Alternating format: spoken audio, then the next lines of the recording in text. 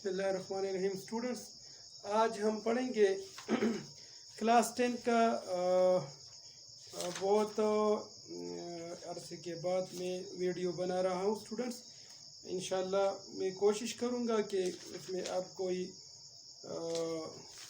Break through ना आ जाए और मैं आज आपको पढ़ाऊँगा क्लास 10 मैथ्स। क्लास 10 का मैथ्स है solution of equation reducible to quadratic form. Solution of equation reducible to quadratic form. अच्छा, अब हमारे पास जो इक्वेशन है वो क्वाड्रेटिक फॉर्म में नहीं है, तो पहले हम इनको रिड्यूस करेंगे क्वाड्रेटिक फॉर्म में और फिर इसका जो है हम सॉल्यूशन फाइंड करेंगे। तो स्टूडेंट्स, इसके कुछ टाइप्स हैं। टाइप नंबर 1 हम पढ़ेंगे, टाइप फर्स्ट। तो टाइप फर्स्ट में जो है हमारे पास इक्वेशन है ax4 plus bx² plus c equal to 0।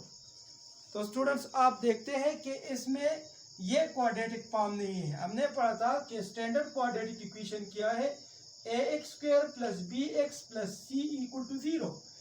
यहाँ पर हम क्वाड्रेटिक इक्वेशन किस चीज को कहते हैं, जिसमें मैक्सिमम पावर ऑफ वेरिएबल जो है वो 2, उसको हम कहते हैं क्वाड्रेटिक इक्वेशन। तो इसको जो है हम क्वाड्रेटिक इक्वेशन इसलिए नहीं कहते हैं कि इसमें जो वेरिएबल का पावर है वो 4 है। तो स्टूडेंट्स, हम इसको रिड्यूस करेंगे क्वाड्रेटिक फॉर्म में और फिर उसको जो है हम सॉल्व करेंगे। तो कैसा करेंगे कि ये हमारे पास जो x4 है इसका हम इस तरह लिख सकते हैं x² का square plus bx² plus c equal to 0। तो स्टूडेंट्स, यहाँ पर x² जो है ये x² इक्वेशन में अब 2 x² आ गए। तो जब इस तरह का हालत बन जाता है, कंडीशन बन जाती है कि इसमें 2 x² आ जाए, तो फिर क्या करते हैं, वो x² को हम y के बराबर या कोई और वेरिएबल है उसके बराबर पुट करते हैं। तो फिर हम इस तरह करेंगे, लेट x² जो है वो हम y के बराबर पुट करते हैं। तो फिर हमारे पास इक्वेशन क्या बन जाता है, ay² plus by plus c equal to 0। अब स्टूडेंट्स, ये हमारे पास जो है क्वाड्रेटिक इक्वेशन है वेरिएबल y में। तो हम इसको सॉल्व करेंगे। आप जो है किसी भी मेथड से आप सॉल्व कर सकते हैं, चाहे आप क्वाड्रेटिक फार्मूला की मदद से हल करें या जो है फैक्टराइजेशन की मदद से या जो है कंप्लीटिंग स्क्वायर की मदद से। तो वो आप पर डिपेंड करते हैं जिस मेथड से आप हल करते हैं। तो स्टूडेंट्स, हमारे पास एक्सरसाइज में इसके साथ एक्सरसाइज की तरफ आते हैं। तो एक्सरसाइज में हमारे पास क्वेश्चन नंबर 1, 2, 3, एक्सरसाइज 1.2 में जो हमारे पास 3 क्वेश्चन है, पहले 3 क्वेश्चन वो इसी मेथड नंबर फर्स्ट पर हैं। तो स्टूडेंट्स, मैं इस तरह करूँगा कि जो मेथड मैं पढ़ाऊँगा आपको, तो उस मेथड के मुताबिक जो हमारे पास क्वेश्चन है एक्सरसाइज में वो मैं हल करूँगा। तो स्टूडेंट, चलते हैं पहला क्वेश्चन की तरफ। एक्सरसाइज है हमारे पास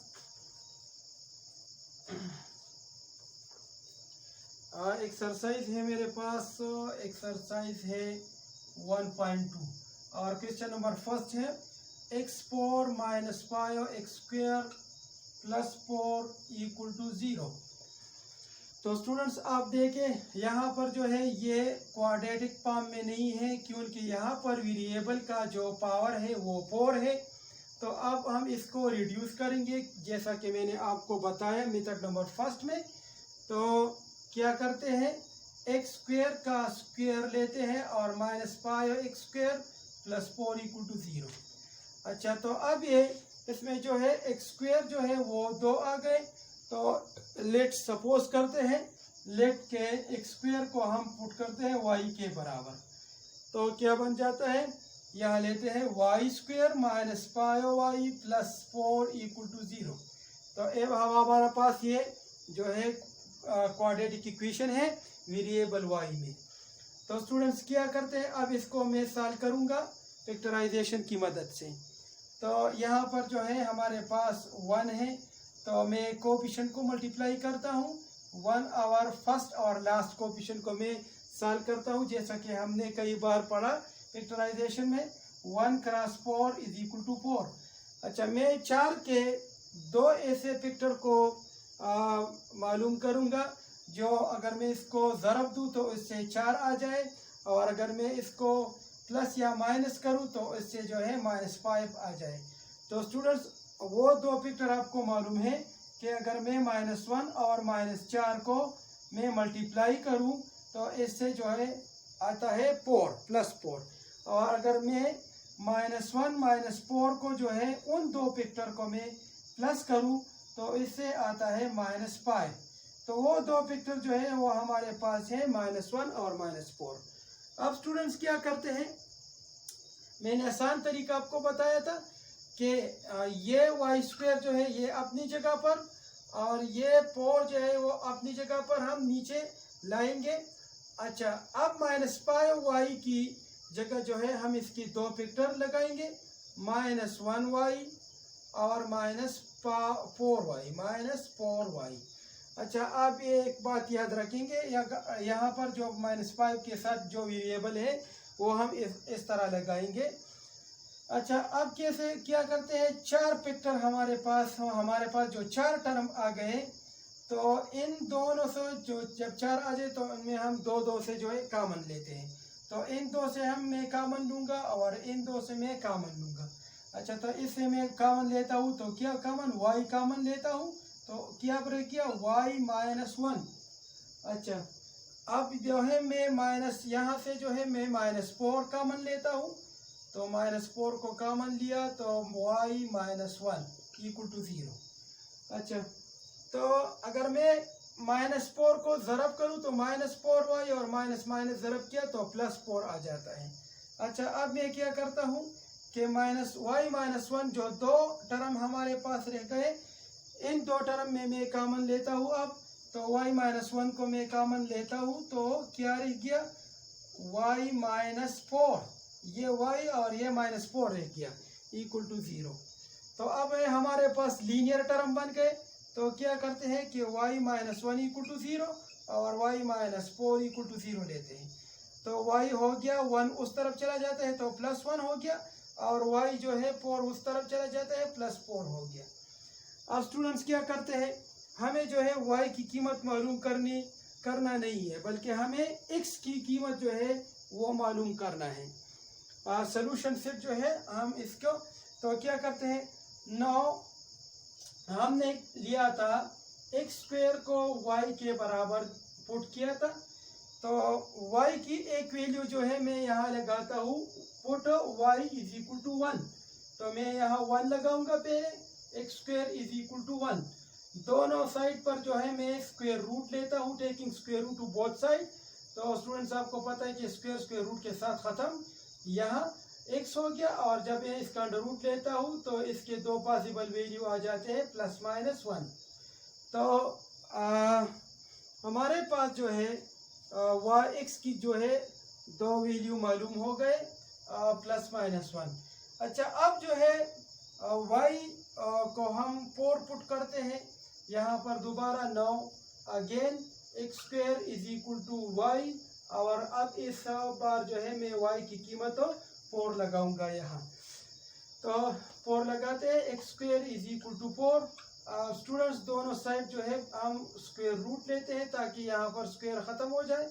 तो क्या हो गया, तो यहाँ पर जो मैं स्क्वायर रूट को सिंप्लीफाई करता हूँ तो यहाँ आ गया +-2। तो स्टूडेंट्स हमारे पास जो है सॉल्यूशन सेट आ गया, वो है +-1 और +-2। तो ये था हमारे पास जो x की वैल्यूज़ है वो मैंने फाइंड किए, ये हो गया इसका सॉल्यूशन सेट। तो ये था स्टूडेंट्स क्वेश्चन नंबर 1। अब आते हैं क्वेश्चन नंबर 2 की तरफ।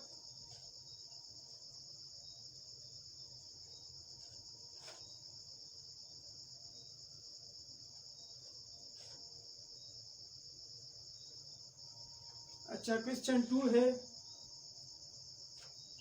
Power minus 7x square plus 12 equal to 0। तो स्टूडेंट्स यहाँ पर दोबारा वही क्वेश्चन है। यहाँ वेरिएबल जहाँ जो है x की जो यहाँ वेरिएबल है क्वाड्रेटिक फॉर्म में इसको लाने के लिए यहाँ पर जो पावर है इसको मैं रिड्यूस करूँगा तो क्या बन जाएगा, ये बन जाता है x स्क्वायर का square minus 7x square plus 12 equal to 0। तो स्टूडेंट्स यहाँ आप देखते हैं कि x स्क्वायर जो है इक्वेशन में 2 हो गए। तो लेट सपोज करते हैं कि x स्क्वायर को मैं y के बराबर पुट करता हूँ तो क्या हो गया equation, y square minus 7y plus 12 equal to 0। अच्छा स्टूडेंट्स ये अब बन गया क्वाड्रेटिक इक्वेशन। तो मैं इसको पिक्चराइजेशन की मदद से हल करूँगा। क्या करते हैं, फर्स्ट और लास्ट जो है मैं वो मल्टीप्लाई करता हूँ तो क्या हो गया 1 क्रॉस 12 इज इक्वल टू 12। अच्छा 12 के हम दो फैक्टर मालूम करेंगे तो वो कौन से है, 4 3 12 और 6 2 12 भी आते हैं, लेकिन हम दो फैक्टर लेंगे, वो दो फैक्टर लेंगे। अगर मैं उसको जमा करूं तो फिर इससे आता है -7। अगर मैं 6 और -2 को मतलब इसको जमा करूं तो उससे क्या आता है -8। तो हमें -8 नहीं चाहिए, हमें क्या चाहिए -7 चाहिए। तो -4 और -3 को अगर मैं मल्टीप्लाई करूं, -4 और -3 को तो इससे 12 आता है, और -4 और -3 को अगर मैं उन दो फैक्टर को जिसको मैंने मल्टीप्लाई किया अगर मैं इनको जमा करूं तो इससे क्या आता है -7 आता है। तो स्टूडेंट्स मैंने आपको बताया कि ये y स्क्वायर जो है ये और ये प्लस 12 और इक्वल टू 0 ये अपनी जगह पर मैंने नीचे लाए। अच्छा -7 की जगह में इनके दो फैक्टर जो है मैं पुट करूंगा तो क्या होगा -4y -3y। अच्छा स्टूडेंट्स आप देखते हैं कि अब ये बन गए 4 टर्म है। तो इन 4 टर्म से जो है मैं इन दो में जो है कॉमन लूँगा, इन दो में कॉमन लूँगा और इन दो में। तो मैंने यहाँ मैं y कॉमन लेता हूँ तो क्या हो गया y -4 और यहाँ -3 में कॉमन लेता हूँ तो y -4 इक्वल टू 0। अच्छा स्टूडेंट्स अब इन दो टर्म में जो है मैं y -4 कॉमन लेता हूँ तो y -4 को कॉमन लिया तो क्या रह गया y -3 इक्वल टू 0। अच्छा तो अब दोनों जो है वो लीनियर टर्म बन गए तो y -4 इक्वल टू 0 और y -3 इक्वल टू 0। तो ये क्या हो गया 4 उस तरफ चला गया तो y इज इक्वल टू 4 और ये क्या हो गया y इज इक्वल टू 3। लेकिन स्टूडेंट्स हमें ये दोनों नहीं चाहिए, हमें चाहिए x की जो है सोल्यूशन सेट, हमें x की वैल्यू जो है हमें मालूम करना है। लेकिन जो है हमने x को क्या लिया था x square is equal to y। अब हम क्या करते हैं y की एक वैल्यू 4 आ गई तो पुट करते हैं y is equal to 4, y की जगह हम 4 लगाएंगे। यहाँ x square is equal to 4 दोनों साइड जो है मैं स्क्वायर रूट लेता हूँ, स्क्वायर रूट के साथ खत्म तो क्या हो गया +-2। अच्छा दूसरा जो है y की कीमत 9 आप पुट करते हैं x square is equal to y और y की जगह में लगाऊंगा 3 लगाऊंगा तो क्या हो जाएगा x square is equal to 3। तो taking square root to both sides तो स्क्वायर रूट के साथ खत्म तो यहाँ क्या हो गया +-√3। तो हमारे पास जो वेरिएबल है x की इनके जो वैल्यू फाइंड किए वो हमने है, इसका सलूशन है +-2 और +-3 तो ये था सलूशन x के सलूशन सेट था। अच्छा तो ये था स्टूडेंट्स क्वेश्चन नंबर 2। अब आते हैं क्वेश्चन नंबर 3 की तरफ।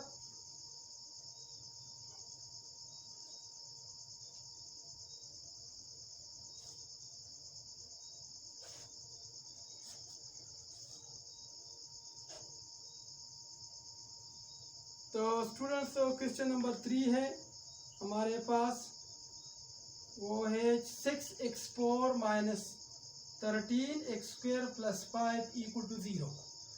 तो स्टूडेंट्स जैसा कि आपको पता है, आपने पहले भी देखा कि यहाँ पर वेरिएबल का पावर 4 है, इसको हम रिड्यूस करते हैं 6x² का स्क्वायर लेते हैं -13x² + 5 = 0।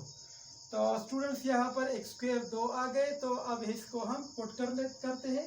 लेट x² को मैं पुट करता हूँ किस चीज़ के बराबर, y के बराबर। तो हमारे पास इक्वेशन बन गया 6y² - 13y + 5 = 0। अच्छा, तो स्टूडेंट्स 6 और 5 को मैं मल्टीप्लाई करता हूँ, फर्स्ट और लास्ट को 6 और 5, तो इसे 30 आ गया। तो इस 30 के जो हम दो फैक्टर मालूम करते हैं तो वो कौन कौन से हैं। तो 30 के दो फैक्टर है 10 3 30। अगर मैं 10 और 3 को जमा करूं तो उसे -13 आता है। इस तरह 5 का 30 भी है, लेकिन -5 और -6 से जो है हमारे पास वो आता है -11। तो मुझे -11 नहीं चाहिए बल्कि -13 चाहिए। इस तरह 15 दूना 30। तो अगर मैं 15 और 2 को प्लस करूं तो उसे 17 आता है, और अगर इसको माइनस करूं तो उसे माइनस जो है क्या आता है माइनस +13, 15 दूना 30। तो हम स्टूडेंट्स वो दो फैक्टर लेंगे। अच्छा, 15 दूना 30 आते हैं, लेकिन वो क्या होता है, हमें यहाँ चाहिए -13 चाहिए। अगर मैं इन दोनों को वो भी करते हैं -15 और 2, तो क्या आता है, इसके ज़रब से जो है -30 आता है। तो ज़रब से हमें -30 नहीं चाहिए, ज़रब से हमें क्या चाहिए, +30 चाहिए। तो क्या करते हैं, अगर मैं इन दो फैक्टर को -10 और -3 इनको ज़रब करूं तो इससे +30 आता है, और अगर मैं -10 और -3 को जमा करूं तो इससे -13 आता है। तो ये दो फैक्टर है इसके।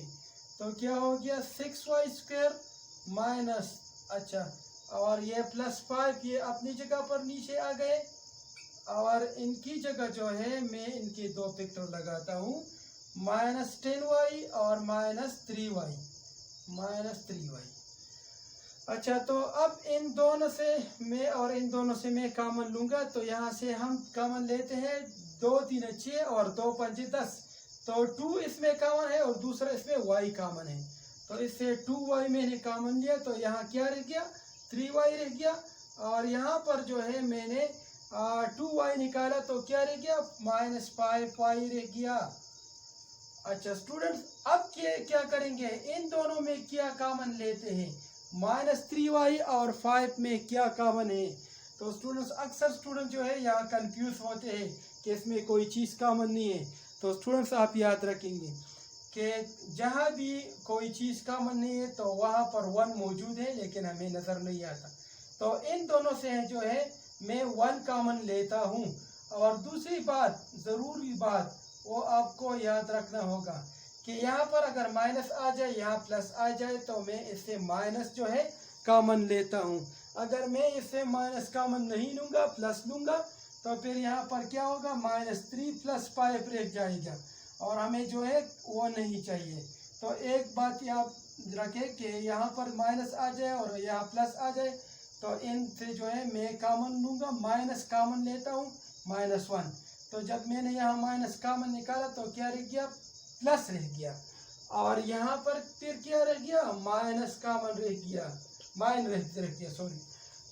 अच्छा स्टूडेंट, अगर मैं इस ब्रैकेट को दोबारा ख़त्म करना चाहूँ, मैं -1 को मल्टीप्लाई करूँ तो -3 और माइनस को ज़रब करूँ तो +5 आ जाएगा, वो दोबारा बन जाएगा वो क्वेश्चन।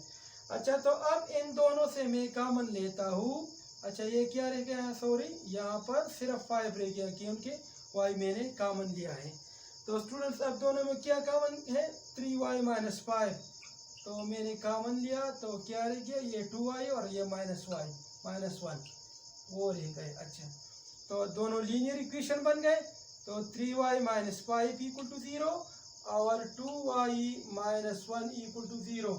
अच्छा, 5 उस तरफ चला गया, तो 3y = 5, और दोनों साइड को 3 से डिवाइड करें तो y की क्या वैल्यू निकल ली, वो है 5/3।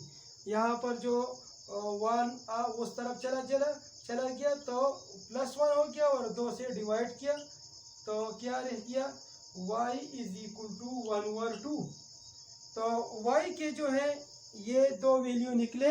तो अब हम क्या करते हैं, y को मैंने बराबर लिया था एक्स स्क्वायर के बराबर लिया था। Now X square is equal to Y, पहले जो है हम y की कीमत पुट करते हैं 5/3। तो स्टूडेंट्स ये क्या हो गया, X square is equal to 5/3। तो taking square root to both sides, तो स्क्वायर रूट लेते हैं तो ये ख़त्म हो गया, प्लस माइनस 5/3 अंडर रूट। तो ये x की एक वैल्यू निकली। और दूसरा जो है अब नाउ y की कीमत जो है 1/2 हम लगाते हैं।